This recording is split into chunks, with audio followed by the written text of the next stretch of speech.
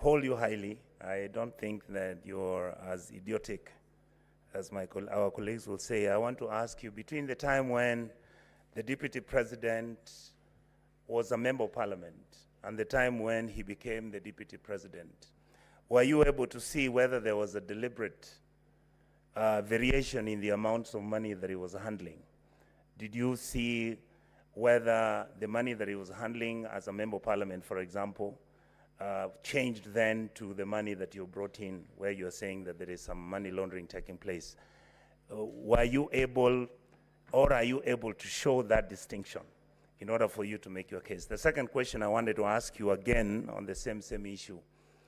When you are trying to find out whether there is money laundering on any transaction, and I know chances are you did not have the technical expertise and maybe an investigative agency to help you, but did you by any chance find out money moving from anywhere, either through His Excellency the Deputy President's private accounts or any money that was being borrowed?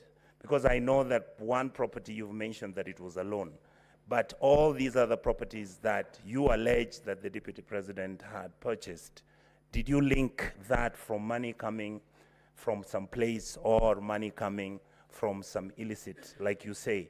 Because I don't see that evidence on the table. And finally, I want to ask you again, Mr. Speaker, that if you look at the issue of the will of Mr. Gachagua, that is the former governor, did you by any chance get a way to ask, either through the wife, the children, whether there was a meeting that took place where they were involved, or whether they were unhappy or happy with the transactions which were taking place? Because there isn't any evidence whatsoever of, for example, the wife complaining or the children complaining. Did you get anything like that which is substantive? Thank you, Mr. Speaker. Senator Mutinda Tabit.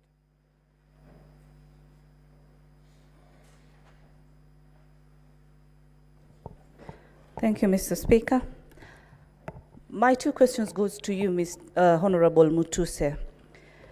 First, in regards to this company by the name Crystal Kenya Limited, Ground 7, date of incorporation is 2009.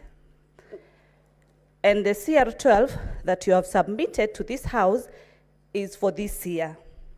Would you tell this house who was the initial director